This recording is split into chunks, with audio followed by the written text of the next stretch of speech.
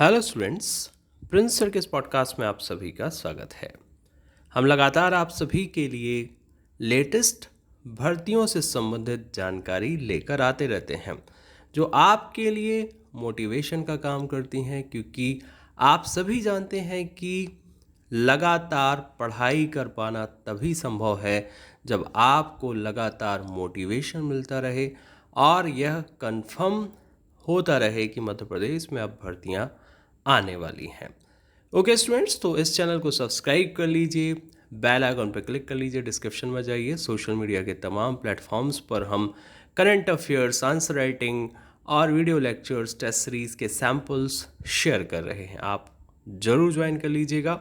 अपने दोस्तों, मित्रों, सहपाठियों, संबंधी जनों को भी वीडियो की लिंक जरूर शेयर करिएगा। चलिए बात करते हैं। तो आप सभी को बता दें कि देखिए, एमपीपीएससी ने भी अब भर्तियों के संबंधित नोटिस जो हैं वो जारी करना शुरू कर दिए हैं, और एक ऐसी भर्ती की मैं चर्चा इस वीडियो में करने वाला हूं जिससे आप निश्चित रूप से तैयारी करके कहीं ना कहीं एक तीर से दो निशाने लगा सकते हैं। चलिए बात करते हैं। इससे पहले कह दूं कि वीडियो को अंत तक जरूर सुनिएगा, बिकॉज आप लोग क्या होता है कि पहले से ही ये मन बना लेते हैं और बिना पूरी जानकारी लिए ही वीडियो को आधा अधूरा देखकर ख़त्म कर देते हैं। तो चलिए पूरी जानकारी सुनते हैं। तो ये आप सभी को पता है कि एक नोटिस जो है जारी किया गया है एमपीपीएससी के द्वारा, और ये जो आपका राज्य स्तरीय पात्रता परीक्षा होती है जिसको आप सेट कहते हैं, ये उस परीक्षा के संबंध में है। तो इसमें आपको बता दें कि इसमें जो है एक तरह से कमेटी कह लीजिए, या जो इसके लिए ज़रूरी पद हैं उन पर नियुक्तियां कर दी गई हैं, क्योंकि अब जो है इन पर भर्तियां होने वाली हैं। और ये असिस्टेंट प्रोफेसर के पद हैं, और असिस्टेंट प्रोफेसर के पद जो उच्च शिक्षा विभाग के माध्यम से निकलते हैं मध्य प्रदेश में, तो वही पद है। ये अच्छी खासी सैलरी होती है, सारी चीज़ें आपको मिलती हैं, और ये बहुत ही अच्छी आप कह लीजिए जॉब मानी जाती है।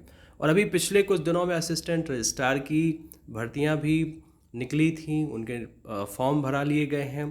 तो भविष्य में ये कुछ दिनों में फिर से फॉर्म रीओपन हो सकते हैं, भर्तियां बढ़ाई जा सकती हैं, पदों की संख्या, और एमपीपीएससी के न्यू कैलेंडर में इनकी जो भर्तियां हैं वो जारी हो सकती हैं। तो देखिए, मैं आपको क्या समझाना चाह रहा हूँ। मैं आपको ये समझाना चाह रहा हूँ कि इसके लिए भी पोस्ट ग्रेजुएशन की आवश्यकता है। असिस्टेंट रजिस्ट्रार के एग्ज़ाम के लिए भी आपको सेम एलिजिबिलिटी है। तो कहीं ना कहीं आप एक एग्ज़ाम की तैयारी करके दोनों परीक्षाएं निकाल सकते हैं। सबसे पहले हम इस सेट एग्ज़ाम का कहना चाहिए जो मेन पॉइंट्स है वो देख लेते हैं, जिससे कि आपको ये क्लियर हो जाए। असिस्टेंट रजिस्ट्रार का तो आपको पता ही है।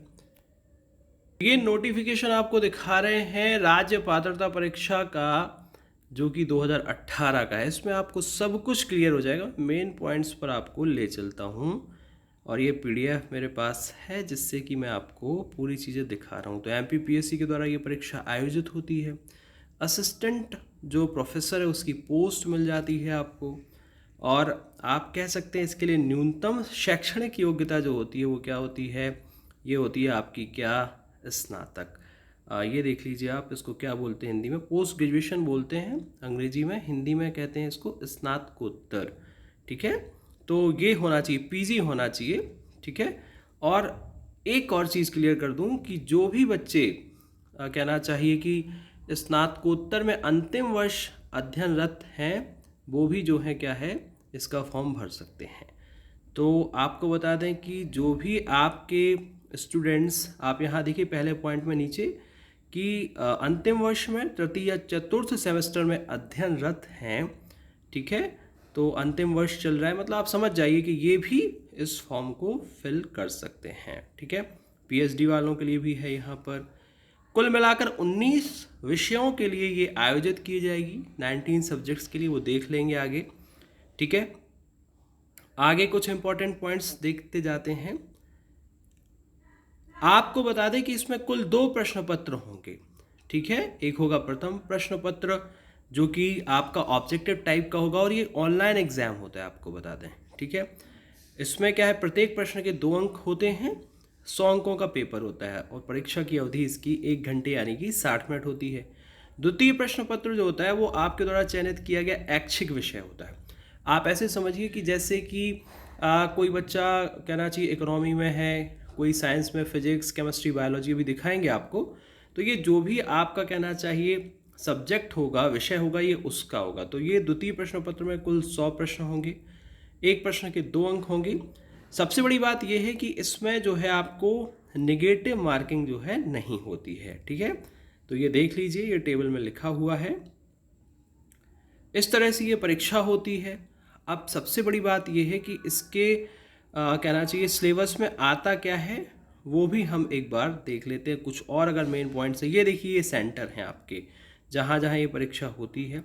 8 सेंटर हैं कुल। तो मेन सेंटर इंदौर, भोपाल, ग्वालियर, जबलपुर, रीवा, सतना, सागर, उज्जैन में रहते हैं इसके, ठीक है। इस तरह से अब हम आपको सब्जेक्ट्स दिखा देते हैं। ये देखिए आप, ये 19 विषय हैं। ये आपकी केमिकल साइंस है, एमएससी, वाणिज्य एमकॉम, और ये आपका देख लीजिए अर्थशास्त्र, अंग्रेजी, भूगोल, हिंदी, इतिहास, गृह विज्ञान, विधि, लाइफ साइंस, ये सब इसके है ना दिए हुए हैं। गणितीय विज्ञान, संगीत, दर्शन शास्त्र, भौतिकी विज्ञान, राजनीति विज्ञान, संस्कृत, समाजशास्त्र, उर्दू। तो इस तरह से ये जो है 19 सब्जेक्ट्स के लिए होती है। देखिए पार्ट ए का जो सिलेबस है वो देख लीजिए। पेपर फर्स्ट, इसमें हायर एजुकेशन सिस्टम है, गवर्नेंस, पॉलिटी एंड एडमिनिस्ट्रेशन है। अब ये जो हायर एजुकेशन सिस्टम है ये आपको असिस्टेंट रजिस्ट्रार के लिए भी पढ़ना है। टीचिंग एप्टीट्यूड, ये भी असिस्टेंट रजिस्ट्रार के लिए पढ़ना है। People and the environment, environment की बात करें तो ये भी आपको पढ़ना ही रहता है, एमपीपीएससी के सिलेबस में है। थोड़ा सा पीपल एंड द एनवायरनमेंट, ये वही बात है। रिसर्च एप्टीट्यूड थोड़ा सा देखना पड़ेगा। रीडिंग कॉम्प्रीहेंशन भी असिस्टेंट रजिस्ट्रार के सिलेबस में है। कम्युनिकेशन आपको पढ़ना पड़ेगा, ये नया टॉपिक है। इंफॉर्मेशन एंड कम्युनिकेशन टेक्नोलॉजी है। रीजनिंग पढ़ना पड़ेगा और लॉजिकल रीजनिंग पढ़ना पड़ेगा, डेटा इंटरप्रिटेशन। तो इस तरह से आप कह सकते हैं कि सिर्फ और सिर्फ आपकी जो ये कहना चाहिए कि थोड़ा सा तीसरी यूनिट, चौथी यूनिट और 5वीं यूनिट और आपकी 6वीं यूनिट, 7वीं यूनिट, 8वीं यूनिट, यानी कि कुल मिलाकर अगर आप देखें तो ये सिलेबस वही है जो कि एमपीपीएससी से मैच करता है। कुछ यूनिट्स अलग हैं जो कि आपको मिल जाएंगी। हमारे नोट्स आप ऑर्डर कर सकते हैं, तैयारी अभी से शुरू कर सकते हैं।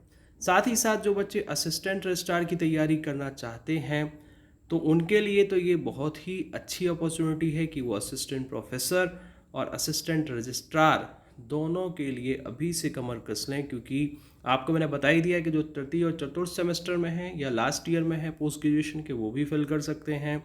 इसके अलावा आपको पता ही है कि इसमें 2 पेपर होंगे। पेपर 1 का सिलेबस ये सभी के लिए कॉमन रहेगा।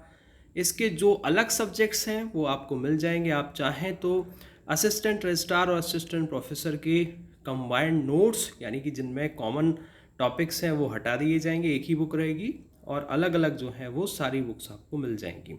तो पेपर फर्स्ट का पूरा सिलेबस, पेपर 2 में भी आपको बहुत सारे सब्जेक्ट्स के सिलेबस जो भी आपका रहेगा स्ट्रीम वो मिल जाएगा। ओके स्टूडेंट्स, तो अभी से तैयारी शुरू कर दीजिए और असिस्टेंट प्रोफेसर बन जाइए 2023 में। आगे जो भी अपडेट्स होगी आपको बताते रहेंगे। आप हमारे नोट्स देख लीजिए।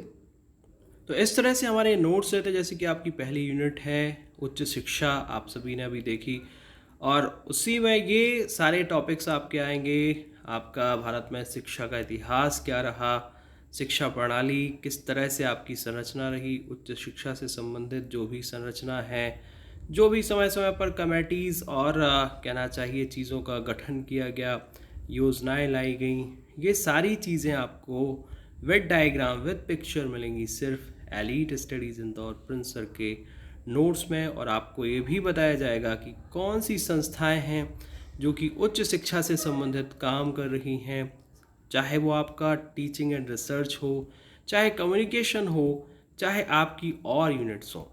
हिंदी और अंग्रेजी दोनों माध्यमों में आपको हमारे नोट्स मिल जाएंगे। आप इन्हें ऑर्डर करने के लिए हमारे नंबर 9685570712 पर अभी हमको व्हाट्सएप करें। तैयारी में अभी से लग जाएं, क्योंकि याद रखिए कि सफलता जो है सिर्फ एमपी में अब 4 साल में एक बार आपका दरवाज़ा खटखटा रही है और अभी से जुड़ जाइए। अगले साल ये परीक्षा होना तय है, कंफर्म है, क्योंकि बोर्ड बन चुका है। ओके स्टूडेंट्स, तो मिलते हैं अगले पॉडकास्ट में। हिंदी और अंग्रेजी में दोनों माध्यमों में नोट्स उपलब्ध हैं। सोशल मीडिया के तमाम प्लेटफॉर्म्स पर जुड़ जाइए। मिलते हैं अगले पॉडकास्ट में। धन्यवाद।